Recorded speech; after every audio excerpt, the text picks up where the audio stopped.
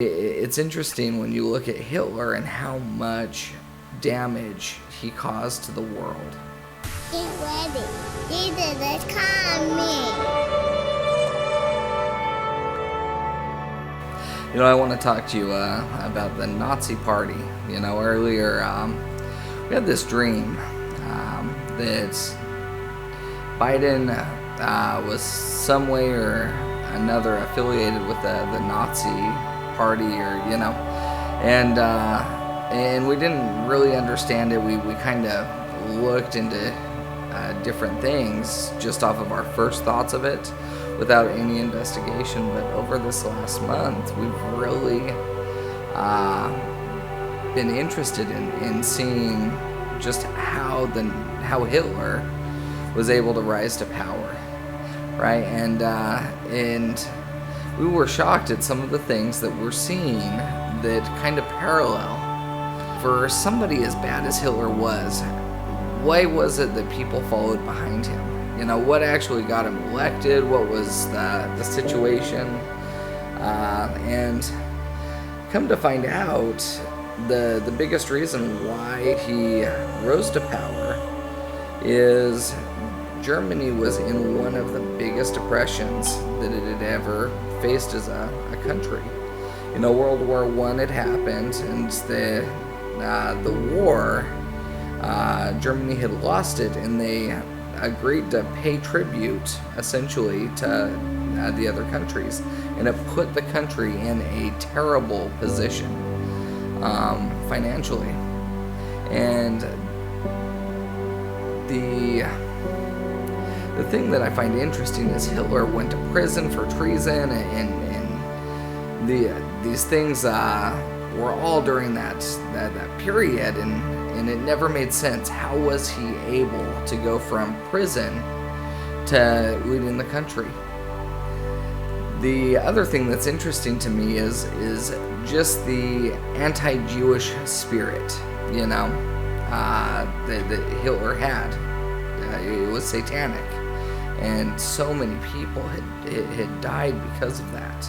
The person who won essentially the presidency or the prime minister over Germany, they elected Hitler as their vice president, which I thought that was really interesting. But their whole reason behind it was because they wanted to have the support. It's crazy to me because we have these stimulus packages and all of these things, and everything that had really moved forward as far as our economy and all of that came pretty much back to where it was, if not worse. Now I look at the state of our country, right? The stimuluses, and don't get me wrong, the stimuluses really help people, but I look at it and I kind of wonder, are they trying to bankrupt the country? Literally, that is a legitimate thought that me and my wife have talked about. We look at all of these things that they keep draining the American economy. The governmental bank account. Now, what happens when that hits zero? What happens then is the government takes over. It happened with the first depression of the United States. I never knew this, but the president actually ordered he put an order in effect where they took all of the gold of the citizens. The government used that to back the economy because at that point they had money or things of value that back the money or the currency. And I kind of wonder if that's where we're going as a country. The stimuluses. I read an article that for them to send out the $2,000 stimulus, and that for them it's only it's under $400 billion, right, for the government to do this. Why is it that we have the $2 trillion bill, and then last year we had the 1.4 or 1.5 trillion dollar bill? when they send out these stimulus payments. It's because there's a lot of things in them, in addition to the stimulus, that, you know, they're putting the stimulus in front of people so they don't see any of the other stuff that's hidden through the 1,000-page document. And you know, like, I just wonder, what is the ultimate goal? We all know that revelations in the end times are coming. You know, we believe in the mid-trib or post-trib rapture. And we truly believe, because of Matthew 24, and you can read it, the entire chapter is focused on Christians that are here for the tribulation. We will see it. But I'm looking at how things are unfolding, right? Everybody who... It's interesting because there's a lot of people that don't believe that Biden's really in office, that it's somebody else in power running the show. Now, I don't really want to turn this into a political video, but I think the politics of things have an impact on the body of Christ in the church. So many smoke screens that are just in front of people where they can't really see. They can't really see where they're at.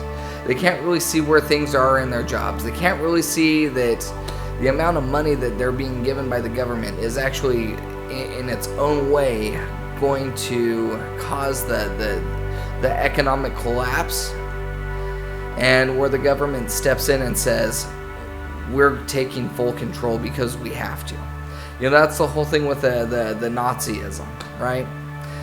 All of that started because of a depression. Now we are reaching a point where they're really, more than any other time in our history, pursuing globalization, you know. And it's amazing because the Bible talks about the beasts will have the many kingdoms. You see the push for globalization, where everybody can just fall under one nation, and it's amazing to me because what is really pursuing this? Corporations are pursuing this. You know, you look at the manufacturing of Apple. A majority of that's in China. A majority. Most tech companies are made in India, in China, in Japan. It's not in America. They're not manufactured here. But there's such a push of globalization. And, you know, Facebook, Twitter, TikTok, all of those things.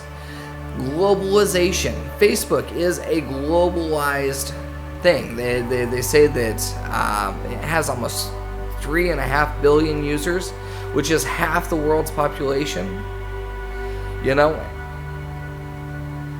what the power that they have in America, we saw this. The power to literally remove the president's voice. They took him down off of his platform. All of the media companies just censored the president. This is how much power and control there is. And it's corporations, you know. They don't care. Their goal was done.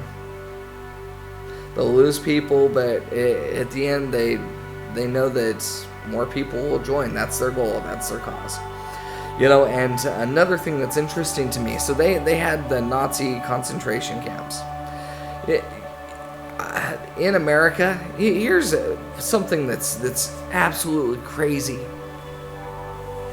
In America, they're talking about people who supported Trump needing to be sent to re-education camps or re-education schools because they believe that Trump has just radicalized people, and they need to be re-educated on what a proper U.S. government should look like.